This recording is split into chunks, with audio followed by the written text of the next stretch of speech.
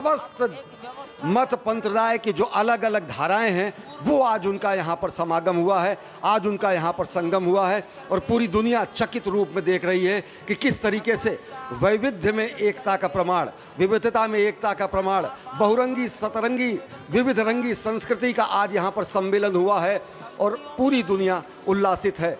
संभवतः इसीलिए कहा गया है कि मैं एक बिंदु परिपूर्ण सिंधु, यह मेरा हिंदू समाज, मेरा इसका संबंध अमर, मैं व्यक्ति और यह है समाज।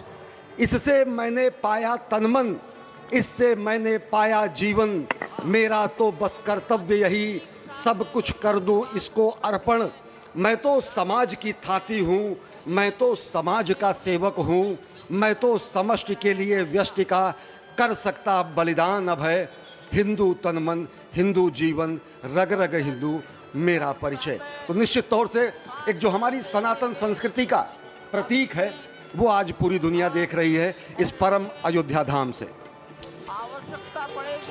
वर्षों की तपस्या पूर्ण हुई इस राष्ट्र की, कई वर्षों की तपस्या पूर्ण हुई है उन संतों की जो लगातार भगवान श्री राम के लिए अपना सर्वस्व बलिदान करते रहे।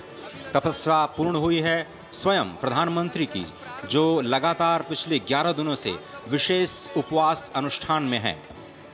उनकी प्रतिज्ञा पूर्ण हुई क्योंकि वो विशेष तौर पर श्रीरंगम और श्री रामेश्वरम से खुद भगवान श्री राम के लिए उपहार लेकर के आए और उपहार तो समस्त देश से यहाँ पर पहुँच रहे हैं। कोई रामलला के लिए भोग न्यौछावर कर रहा है, तो कोई उनके पोशाक तैयार कर रहा है, कोई उनके लिए हीरे जवाहरात भेज रहा है, तो जनकपुर और मिथिला वाले भार भेज रहे हैं। उस भार में सोना है, चांदी है, भाव है, भंगिमा है, प्यार है, दुलार है, संस्कार है। तभी तो भगवान श्री राम सबके हैं, सर्वत्र हैं। और इसीलिए शायद ही कोई ऐसा राज्य हो इस राष्ट्र का जिसने भारत भूमि में अयोध्या धाम में भगवान श्री राम के नव्य और भव्य मंदिर के निर्माण में अपना योगदान न दिया हो। यहाँ पर पत्थर आते हैं राजस्थान से, कारीगरी होती है तमिलनाडु से, पच्चीकारी होती है उड़ीसा से, श्रमजीवी होते हैं बिहार और उत्तर प्रदेश से, और जो प्राण प्रतिष्ठा होती है वो 140 करोड़ लोगों के जनमानस की भावना को केंद्र में रखकर राष्ट्र के अध्यक्ष, राष्ट्र के नेता प्रधानमंत्री मोदी स्वयं प्रतिष्ठित करते हैं भगवान श्री राम को चेतन स्वरूप में सभी के लिए, क्योंकि भगवान श्री राम सबके हैं, सर्वत्र हैं। और वही आह्वान उन्होंने किया है, वह आह्वान है कि भक्ति मुक्ति साधकम भारतम, धर्म कर्म नैष्ठिकम भारतम, रीति नीति संस्कृतम भारतम, शस्त्र शास्त्र धारकम भारतम, शक्ति युक्ति समृतम भारतम। और निश्चित तौर से ये आज एक संकल्प के सिद्धि का दिन है और आज ही एक शपथ लेने का भी दिन है, आज ही एक और सौगंध लेने का दिन है जिसमें कहा जाता है कि अजय्याम च विश्वस्व देही शक्तिम सुशीलम जगद्येन नम्रम भवेत, श्रुतम चैवयत यत्कंटकाकीर्ण मार्गम स्वयं स्वीकृतम न सुगम कार्येत। हे प्रभु, हमें ऐसी शक्ति दे कि विश्व में हमें कोई चुनौती न दे सके, ऐसा शुद्ध चरित्र दे जिसके समक्ष संपूर्ण विश्व नतमस्तक हो, और ऐसा ज्ञान दे जो कि स्वयं स्वीकृत कंटकाकीर्ण मार्ग को सुगम बना दे, और सभी कंटकाकीर्ण मार्गों को सुगम बनाते हुए हम भारत को जगत गुरु की पदवी पर विश्व में स्थापित कर सके। यही कहा गया है कि परम वैभवम में नेतु मेतत् स्वराष्ट्रम, हम अपने राष्ट्र को परम वैभव पर प्रतिष्ठित करें, और इसी का आह्वान प्रधानमंत्री नरेंद्र मोदी ने अयोध्या धराधाम से आज इस युगांतकारी क्षण में दुनिया को दिया है। और इस वक्त आप देखिए संतों के लिए दरवाजे खुल चुके हैं भगवान श्री राम के, मर्यादा पुरुषोत्तम श्री राम के प्राण प्रतिष्ठा के तुरंत बाद संत जन चल चुके हैं प्रभु श्री राम के उस अलौकिक और दिव्य छवि का दर्शन करने के लिए जो बाल रूप में एक बार फिर से पूरी दुनिया को मोहित कर रही है, आकर्षित कर रही है। क्यों न हो, अयोध्याम च परब्रह्म सरयुः सगुणपुमान् तन्निवासी जगन्नाथ सत्यम सत्यम वदाम्यहम्। भगवान शिव जो कि जगत गुरु हैं, भगवान शिव जो श्री राम के सखा हैं, भगवान शिव जो श्री राम के स्वामी हैं, स्वयं माँ पार्वती से कहते हैं कि अयोध्या जो परब्रह्म स्वरूपा है, सरयू का तीर्थ जो कि साकार जलाकार परम पुरुष परमात्मा की स्वरूपा है, उस अयोध्या के निवासी समस्त जीव जगन्नाथ स्वरूप हैं। जो इस वक्त सांस ले रहे हैं अयोध्या में, वो भी अयोध्यावासी हैं। जो अपने मन से इस दृश्य को देख रहे हैं वो भी अयोध्यावासी हैं, जो परिकल्पना कर रहे हैं कि वो कभी अयोध्या आएंगे, भगवान श्री राम के दर्शन करेंगे, वो भी इस वक्त अयोध्यावासी हैं। और अयोध्यावासी हैं इसीलिए जगन्नाथ स्वरूप हैं।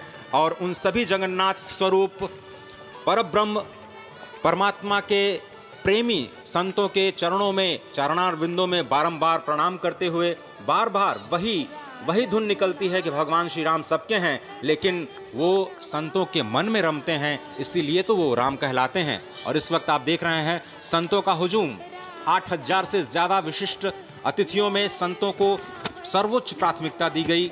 और अनेकानेक बलिदानों के बाद जो आज प्राप्त हुआ है अयोध्या की धरा को, भारतवर्ष की धरा को, आज संत विह्वल होंगे, उनके नयन सजल होंगे, भगवान श्री राम को अपने बीच पाकर, अपने बीच एक नव्य और भव्य रूप में पाकर, उस कृष्ण वर्ण की 5 वर्ष के बालक के रूप में राघव को पाकर, जो आज कलयुग में त्रेता युग से उतर करके आए हैं और सभी को दर्शन कर कृतार्थ दे रहे हैं। कितनी अलौकिक छवि, कितनी दिव्य छवि। आप भी अपने हृदय में उनको समा लेना चाहते होंगे, संजो लेना चाहते होंगे, और आप सभी का मन कर रहा होगा कि एक बार तो आए अयोध्या में और अयोध्यावासी बन जाए, स्वयं जगन्नाथ बन जाए। और ये समागम है, आज संगम हुआ है विविध मत, धर्म, पंथ, संप्रदाय का। 50 से अधिक आदिवासी, गिरिवासी, तटवासी, द्वीपवासी, जनजातीय परंपराओं की उपस्थिति इस आयोजन को समग्र समावेशी बनाती है। पहली बार भारत की इस बहुरंगी संस्कृति का ऐसा भव्य आयोजन इस धरती पर हुआ है, इस देश में हुआ है, आर्यावर्त में हुआ है, भारतवर्ष में हुआ है। और धन्य है ये अयोध्या धाम जहाँ पर इतना बड़ा समागम हुआ है। ये संगम आज श्री राम जन्मभूमि के दिव्य नव्य प्रांगण में हुआ है।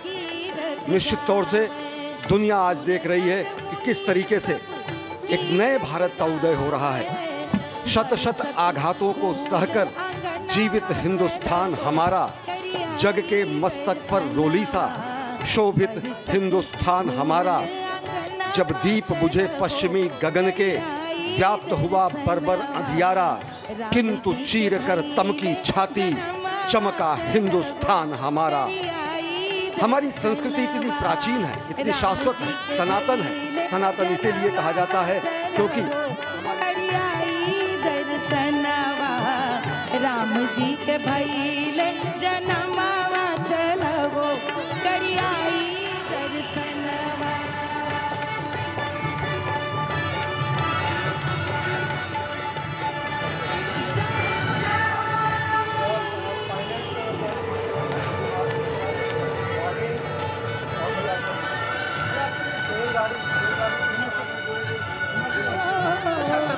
छल के सुख के छत्रपति सिंह दिलीप, छत्रपति और दिलीप दोनों मंच की ओर आ सकते हैं, आ जाओ।